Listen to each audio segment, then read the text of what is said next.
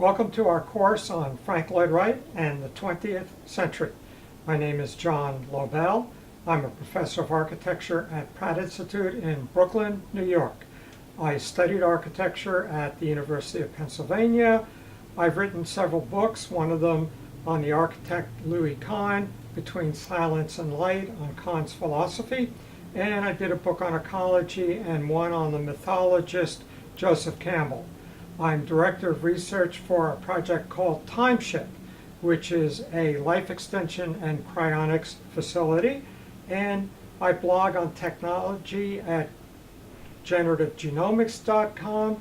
I review movies from a mythological point of view at cinemadiscourse.com, and you can find several dozen of my lectures on YouTube by searching on my name. And you can find out more about me at johnlobell.com, including information on the work I'm doing on creativity. So, Frank Lloyd Wright in the 20th century. Our course has 10 sections: introduction, early work, etc. You'll see them all when you download the course outline. And then each of our sections, we're in introduction right now, has several subsections. So our introduction begins with a brief survey of Wright's work. That's where we are right now. And our next lecture will be on architecture as the crystallization of a culture. And we'll explain what that means when we get to it. So, a brief survey of Frank Lloyd Wright's work. And again, this is brief. So we're going to, in this introduction, zip through an overview of Frank Lloyd Wright from a lot of different points of view, what he means by organic architecture, biography, etc. And then throughout the course, we'll go into that in much more depth. But by going through it briefly now, we'll all be oriented for the material we'll be seeing as we go along. So, Frank Lloyd Wright was born in 1867, died in 1959, and just several times throughout this course, I want to think about these dates. So what associations do you have with 1867? In America, we think of it as just 2 years after the end of the Civil War, and we generally think of that as a long time ago. So at that time, 53% of the labor force was farmers, and Frank Lloyd Wright is influenced by the Transcendentalists, including Ralph Waldo Emerson, and Wright was 15 years old when Emerson died. So Emerson was not a historical figure for Wright, but a contemporary figure. Wright died in 1959. At that time, 8% of the labor force was farmers, and half of the labor force was then information workers. At the time, we used the term blue collar and white collar. So blue collar and white collar had for the first time become equal. It was an era of television, satellites, atomic energy, and only 2 years later was President John F. Kennedy's speech announcing that America would be landing on the moon. Wright did over 1,000 designs and over 500 completed projects throughout the entire United States. Only a couple in other countries around the world, mostly in the United States. And it's fun to look at a map and say, where did Frank Lloyd Wright not build? I don't see any in North Dakota or South Dakota, but they're pretty much throughout the entire United States. See a concentration in the Midwest where Frank Lloyd Wright lived. We're dividing Wright's career into periods, and we begin with early work, and we might even say that this is Frank Lloyd Wright's work before he became Frank Lloyd Wright. In other words, before he developed his style. And one of his early works is his own house in 1889 in Oak Park, Illinois. And we see here he's influenced by something called the shingle style.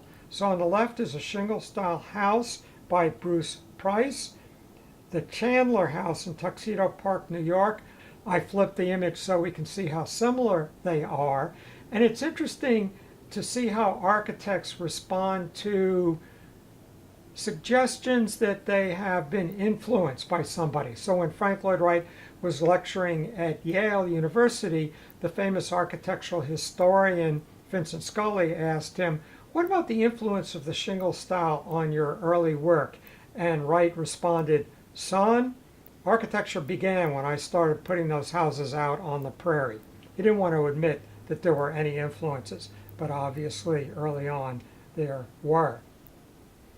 This is his first project on his own, the Winslow House, and we see here it's still classical in its style, but we see hints of Wright's later work.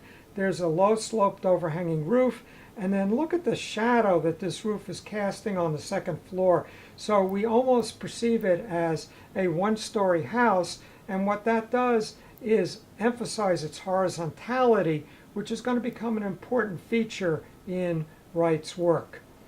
In the early 1900s, Wright developed his prairie style, his mature style.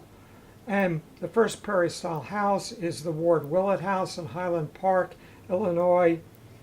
Wright's most famous prairie style house is the Roby House. The features of the prairie style includes a low-sloped overhanging cantilevered roof, a massive chimney core, geometric interpenetrating planes, an open plan in which one room flows into another, and an interpenetration of inside and outside. So the whole wall here, which is up here, becomes windows. We'll look at that in some detail when we get to the prairie style. Here's the interior, and we see how the place flows from the living room around the fireplace core into the dining room and even through the fireplace. Another one of these prairie style houses is the Martin House in Buffalo, New York. We're interested in that for several reasons.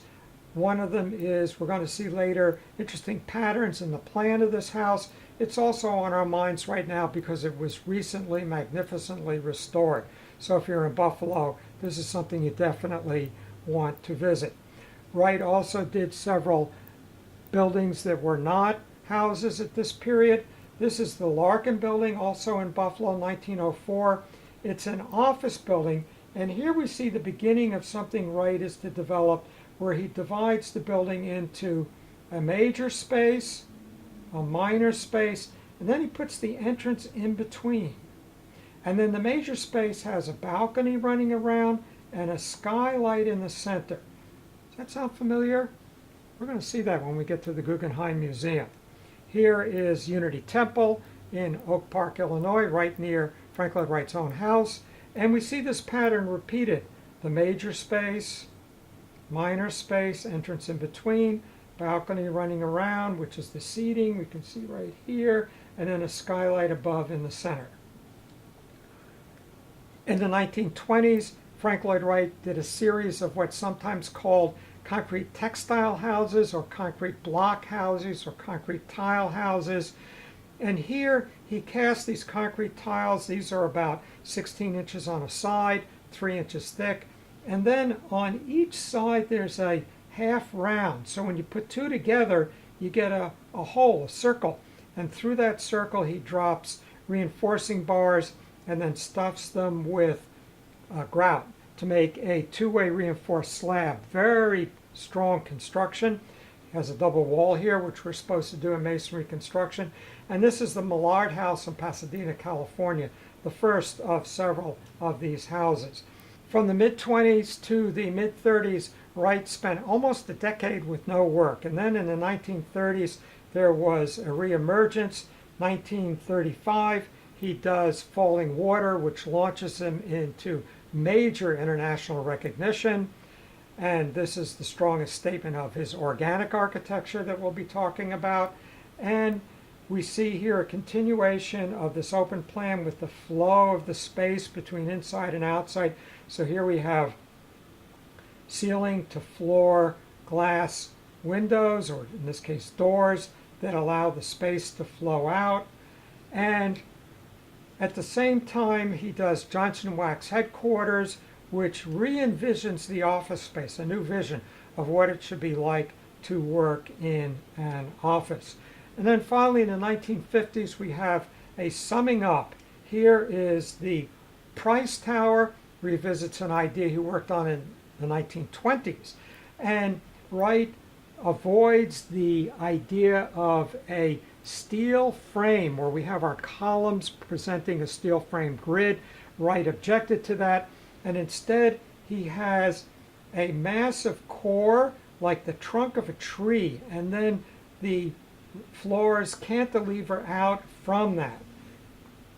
And at the round, and then finally, 1959, one of his last projects is the Guggenheim Museum in New York. And I'll just hint at something we'll look at later. Remember, I talked about a major space, a minor space, and an entrance in between, and then a balcony running around and a skylight in the middle.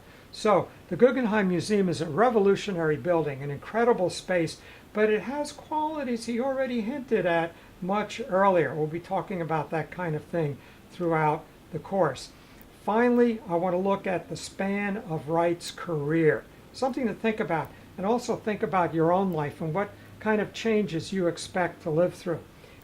Here on the left is the Winslow House, and now see here over on the left is this archway. Here we're looking through the archway, and in the back is the stables. The Winslows had horses. Over on the right is one of Wright's late works, 1956, the Illinois, a proposed, not built, but proposed mile-high tower. And it was to have atomic-powered elevators. So we see in the span of his life going from horses to atomic-powered elevators. So that's a brief survey of Wright's work.